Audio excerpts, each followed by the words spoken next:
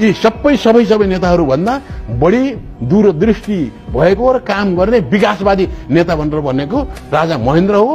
यो राजा महेन्द्र चाँडै मरेर दुर्भाग्य भयो। यो मार्नेर चाहिँ खोजेर तिनीहरूलाई सजाय दिनुपर्छ। एक्लै राजा भएको बेलामा के गरे त्योभन्दा अगाडि कसैले गरेनन्। त्योभन्दा अगाडि अहिलेसम्म पनि कसैले नयाँ योजना चाहिँ प्रस्तुत राजा महेन्द्र जति विकास कसैले गरेका छैन गरेछन्। त्यो सबैले गफ मात्रै गरिरहेछ।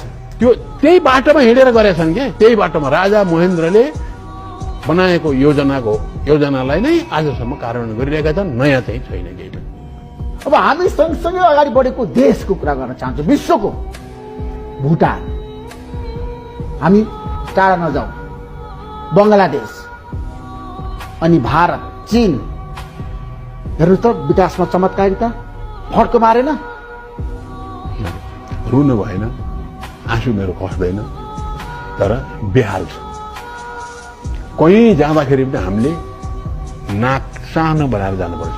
नाक ठुलो भयो भनेदेखि त्यो नाकमा यस्ता चाहिँ व्यक्तिहरू हामीसित सङ्गत नगर्नु भन्छ।